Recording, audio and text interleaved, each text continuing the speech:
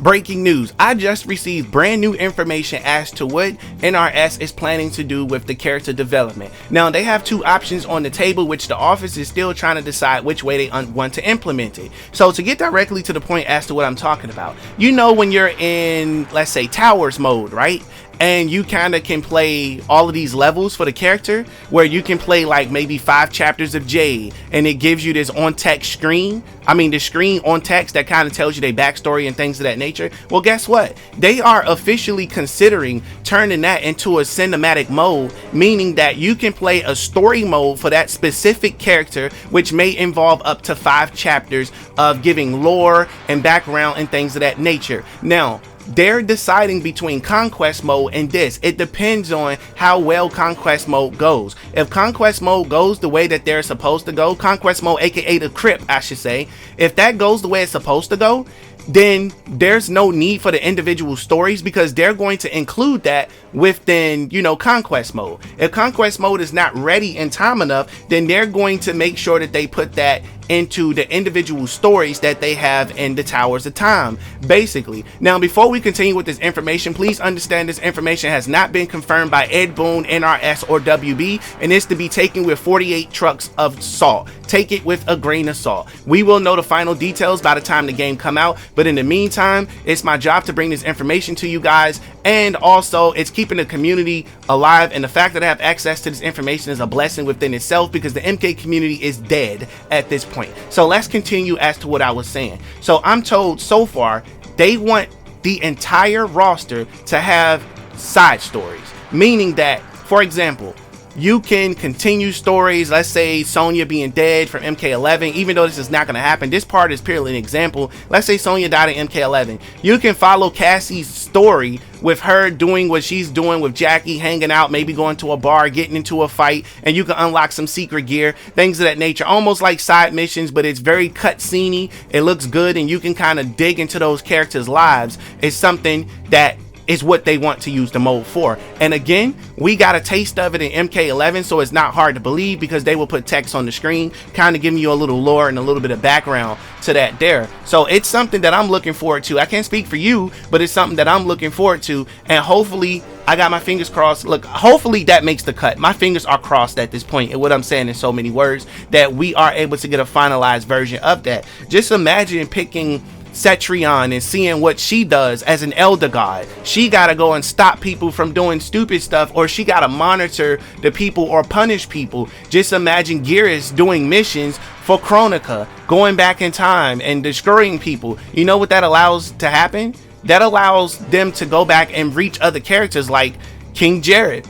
Imagine you're playing with Kitana, and Kitana she wants answers, so she works for Kronika or work for somebody, or she get a time portal, goes back in time, and she can meet her dad, King Jared. I'm pretty sure King Jared's her dad. Correct me in the comment section if I'm wrong, but I think I'm right about that. Sound off. But that will allow us to cover so much lore within the game, and it sends the replay value through the roof. Not only does it send the replay value through the roof, it also allows them to tell more story and gears the game up for DLC. Me and my source literally talked about this for an hour and a half as to what the plans that they had for this was, and how bad they're looking to implement it. Now, I'm told they've had this idea since MK9. That's how long they had this idea. They just not have had the time to get it done, because there was always restraints, and they always had to work on the next game. So let's just say the event that happened in the world was very, very much a blessing in disguise, because people were able to work on their gaming projects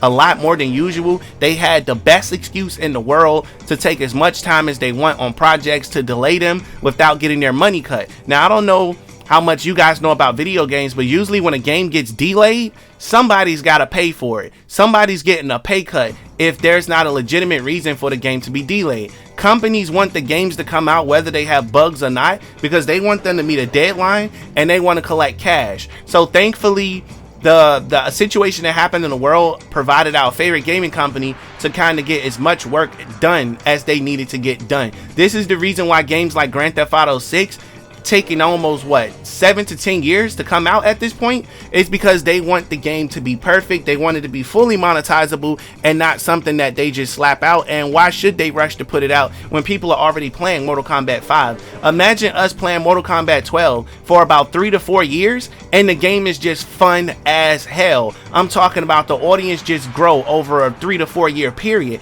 Now, for those of you that are wondering, the next Mortal Kombat game will be supported for a very long time as they promised, and there will be no non-playable characters. I'll be making another video about that one also, so you want to make sure that you stay tuned so that you don't miss out on that. When I tell you NRS is doing their thing and they're trying to make up for a lot of things, I'm really appreciative of it, and I cannot wait to see what they got for us. Now, are they working on other projects? Yes, they are. Nobody was able to master the fighting games the way that Mortal Kombat NRS / Midway has been able to do. So the fact that they're getting all of these other contracts is what's going to make them a legitimate fighting game company where they can take access with, let me just say this, blah, blah, blah. It's so much information to the point I can't even get it out my mouth. So what I'm trying to say is, they're so good at making fighting games to the point that people are bringing them contracts for fighting games that have not existed in a very, very long time, at least not good ones. So I know this has nothing to do with the video, but I'm going to give you a quick update on the Marvel game. Don't leave the video because I'm going to switch back to Mortal Kombat in a second. I just want to throw this in there because it goes with the story. So NRS was able to get the Marvel contract. Now that they got the Marvel contract, they are one of the most trusted individuals to be handling a fighting game. Now, if you want to know more about that Marvel contract and what they got going on, subscribe to the channel and hit that like button, and I'll make a full video about that. Sound off in the comments if that's something you want to hear. So let's get back to what we originally were talking about here. So basically, this is the reason why NRS is the best people for this, to make sure that this game has exactly what it needs and it's going to be able to supply the fans. Because as I tell you guys in every video, if you were to ask me what is the main focus of NRS as a studio, according to my source, their main focus is replay value, longevity, and being able to provide a game that people can enjoy for a very, very, very long time. They're trying to make a classic here because now is the time. They've done this in the past, and as I mentioned in my previous video, there was just not the fan base that they have now is not the fan base that they had then. Mortal Kombat has always been popular, but it's more so super mainstream at this point. And no, I'm not saying Mortal Kombat was never mainstream. I'm just saying it's more mainstream now than it was then, you know. And the fact that they're going to be introducing these new characters on what they're doing, such as a female Night Wolf and things of that nature, that's what's going to allow us to go to an entirely different level and allow us to do things we have not been doing before, and allowing us to go in the past to introduce different people. This is going to take the game to the next franchise. It's going to take the game to the next level of franchise that it needs to be. And on top of that, the online mode is looking to be completely rebuilt. That right there itself is going to allow for more smooth and efficient gameplay to stop those lags and drops. But again, I'm going to be doing a separate video on that. That's not something that you want to miss out on either. So again, if you have not done so already, make sure you smash that subscribe button and turn on post notifications, as this is your brand new favorite and exclusive place for daily Mortal Kombat content. So I want to pass this question off to you guys in the comment section below. This is question 1 of 2. How do you feel about them taking the direction that they're taking with the game? That's what I want you guys to answer. And then on top of that, let's go ahead and move over to step 2 and show that one some love. Now, we were talking about the conquest mode, right?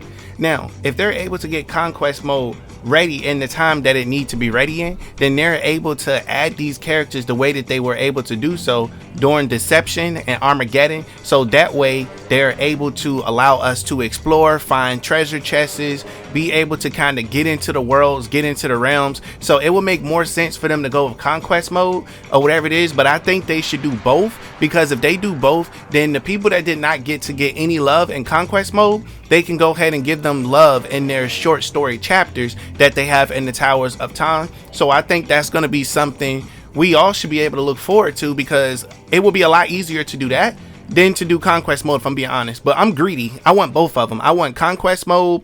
I want full conquest mode love, and then I also want the love from the other mode also, where they can go into Towers of Time and be able to explore characters. Like I said earlier, we'll have Kitana, or we'll have a Quan Chi story where, you know, we'll have Serena. If we plan with Serena, we can work for Quan Chi with Jataka and Kia and all of them, and then maybe get them as a DLC pack later down the line if they're not already a part of the game, depending on who's a part of their story. That right there will allow for so much lore. Now, I honestly think that they're going to go in the direction of Conquest mode, aka the KRYPT, because if you look at the KRYPT in Mortal Kombat 11, there is a lot of lore laying around about the Kaiten, about just about everybody. There's just tons of lore laying all over that place. So it looks like they want people to explore, to kind of give that RPG thing, and that's probably what they're going to be doing with that. Now, I am going to be releasing another video in the future about the KRYPT and what's to come with that, the KRYPT aka Conquest mode,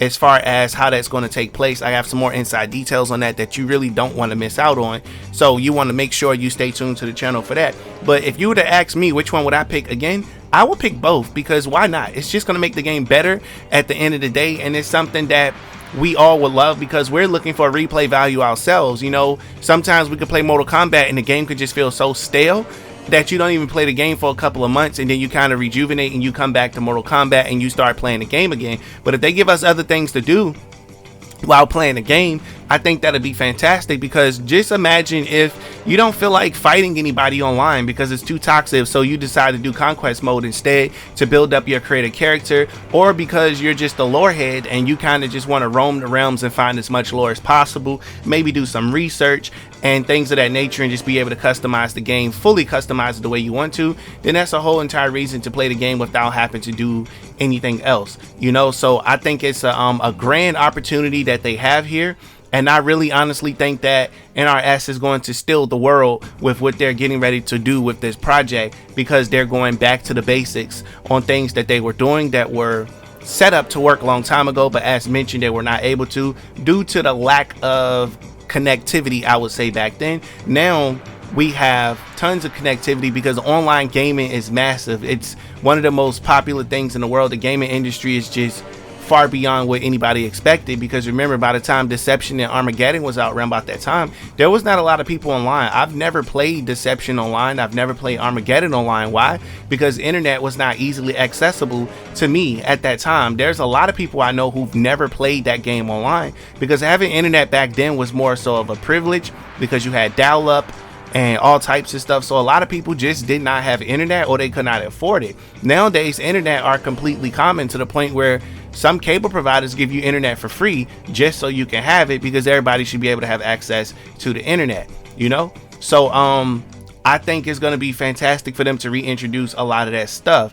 And as far as them deciding between which two of these to use, I mean, Conquest mode would be dope because you can explore it with other people, but then again, being able to play by yourself in the KRYPT and being able to kind of learn that lore yourself and unlock some cool gear, as mentioned earlier, some cool items and things of that nature, that'll be great. But if they do it in the KRYPT, then maybe you would have the KRYPT/Conquest mode, you will have to be outside maybe 3-4 o'clock in the morning, so a special trunk can appear and you can get some special gear, some special powers, maybe a special video or things of that nature. And they're just basically going to be getting back to the basics of things that they have been doing, and that's going to take them to the next level they need to be taking, as far as with us as the fans, as far as them giving them the validation that they need. So again, if you're not an MK fan, what a time to be alive, because we got so much stuff going on here for you guys, meaning that more content is going to be coming to the channel, and that's my job, to continue to provide content for you guys. So definitely stay tuned, because NRS is really over there working. We may not be hearing anything,